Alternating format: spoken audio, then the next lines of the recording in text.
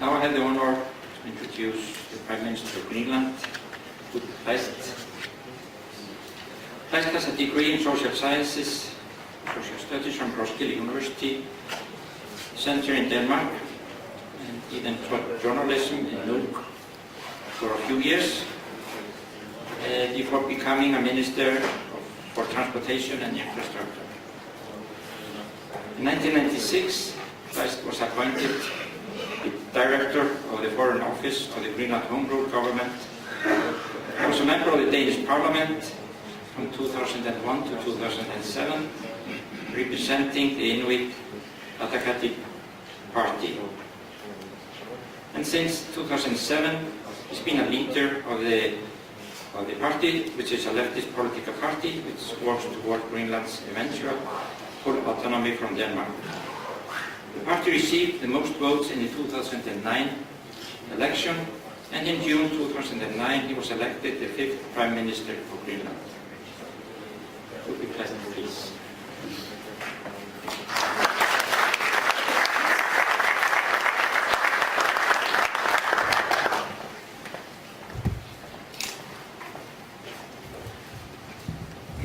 Mr. President,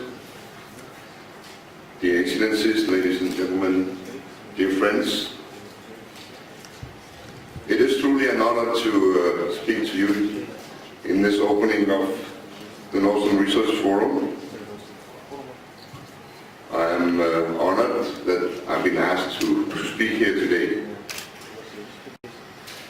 Going through the very impressive program and list of speakers, I see many old friends, familiar faces. It is always so great to see you again. I also see a lot of names from other parts of the world. To you I would like to say welcome to our region, the Arctic region of the world. Feel free to stop by Greenland too. In this assembly there's a lot of knowledge and wisdom gathered. I wish I could be here among you for the duration of the conference to listen and to learn. But due to other political meetings, I'm on an official visit to Iceland. Due to the other political meetings, I have to leave you later today. But some of the subjects that will be raised with my friends and colleagues here in Iceland will touch upon some of the consequences of the melting ice and the changing climate, the new challenges and opportunities that present themselves. Therefore, I think the title of the conference, Our Ice-Dependent World, is timely chosen, and I expect my Deputy Minister attending this conference to give me a thorough, detailed summary of the presentations and talks when he is back in Nuuk. The world depends on ice. The climate depends on ice. And right now, the ice is melting at alarming rates. Our weather and climate is becoming ever more unpredictable, warmer, wetter, drier, and more severe. We see that all over the globe. For politicians and decision makers, this calls for action in many different societal fields. Buildings and roads are affected. The management of fish stocks has to be adapted. Farming is changing. Ways of living are changing. New industries present themselves. And new political developments are also the direct consequence of climate change. The Arctic Council is, for example, an extremely interesting development with a lot of focus from nations.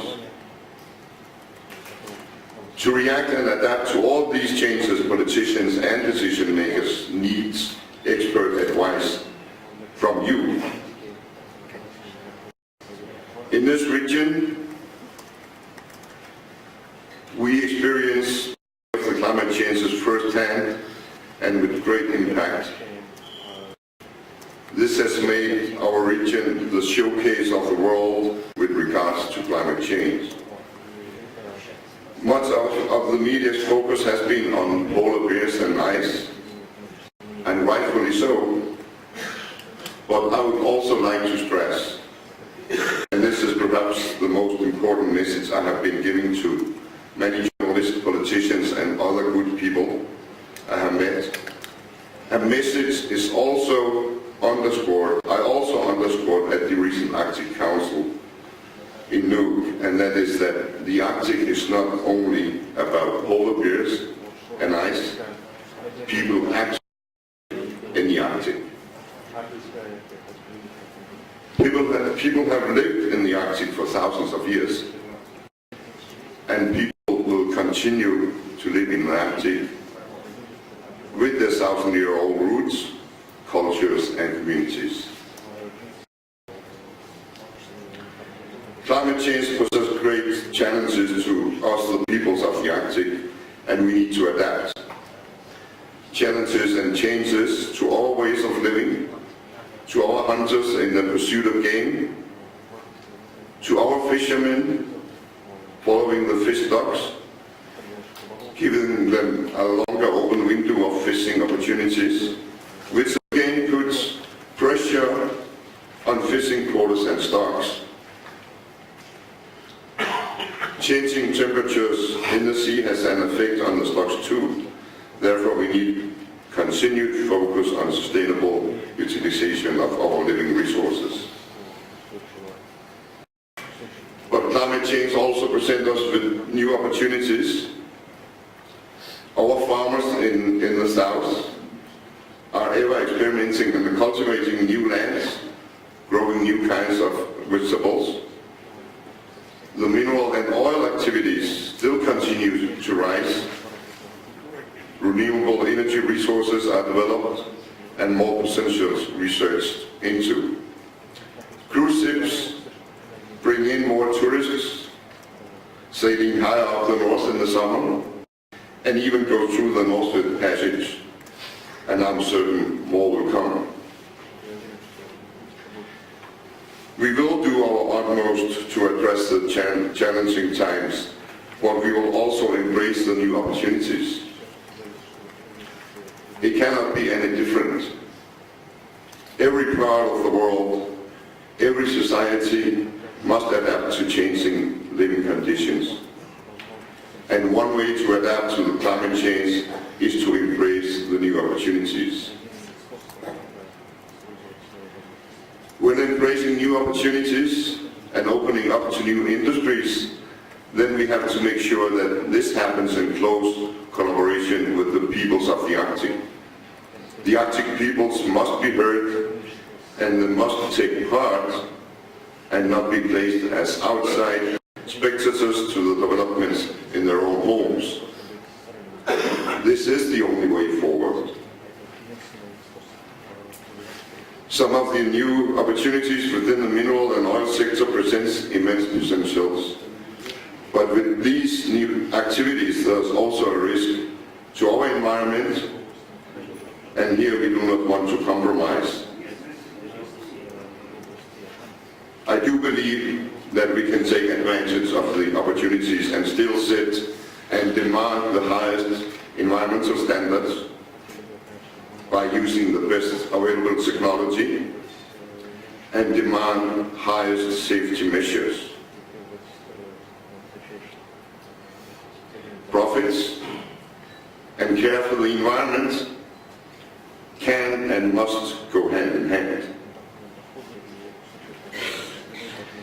In order to reach this goal, we cooperate with other nations, other countries, other governments, like Norway, Canada and Denmark.